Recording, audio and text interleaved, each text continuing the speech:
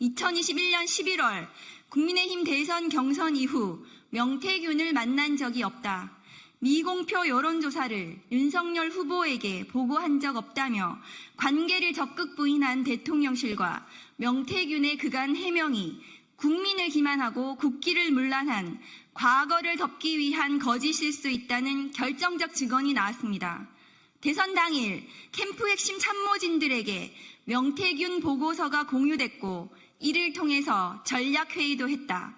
윤석열 캠프에서 정책총괄 지원실장을 지낸 신용환 씨의 증언입니다. 신용환 전 실장이 새롭게 공표한 미공표 여론조사는 지난 대선 국민의힘 회계 자료에는 그 내역이 없습니다. 이를 통해 명태균의 미공표 여론조사 비용은 공식 회계상 기록되지 않은 윤석열, 김건희 개인 채무였고 이를 김영선 공천으로 갚았다는 주장이 더 설득력을 얻게 되었습니다. 공천 헌금 대가성 여론조사 결과가 사실이라면 이는 뇌물죄 적용이 가능한 범죄 행위입니다. 뇌물죄 중에서도 가장 죄질이 나쁜 수뢰후 부정처사죄를 물어야 합니다.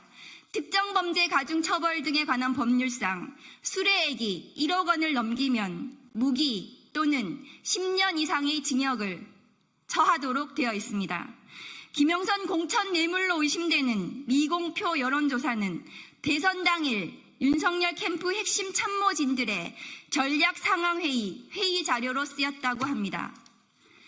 당시 윤석열 대선 캠프에서 아침에 진행한 전략 상황회의 멤버로는 윤재옥, 이철규, 김호진, 박민식, 이상휘, 강명구, 김은혜 등 여권 내 핵심 캠프 관계자들이 총망라되어 있습니다. 당시 당무와 선거를 총괄하는 국민의힘 사무총장은 한기호 의원이었습니다. 모두 여권에서 중책을 맡고 있는 분들입니다. 그 책임에서 자유로울 수 없습니다. 명태균을 대선 경선 이후 만난 적이 없다는 윤 대통령의 해명과 달리 명태균 박사발 국정 개입 의혹들로 지난 대선이 무효화될 수도 있는 도둑맞은 대선의 증거들이 쏟아지고 있습니다.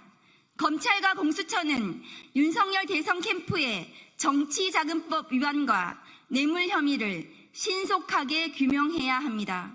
국민의힘은 지난 대선 과정의 불법을 국민들께 사죄하고 진상규명에 적극 협조해야 할 것입니다. 명태균 선생님을 따르는 희대의 검찰총장을 대선 후보로 만든 국민의힘은 스스로 보수 괴멸의 길을 자처했습니다. 윤석열 대통령이 가는 곳은 검찰이든 보수든 그 문을 닫아야 할 것입니다. 이제 국민의힘은 윤석열 대통령을 제 손으로 도려내야 살 수 있습니다. 더 이상 주저하지 말고 윤석열 대통령의 국민기망, 국기문란, 불법 대선 비리 의혹 규명에 동참해 주기를 바랍니다.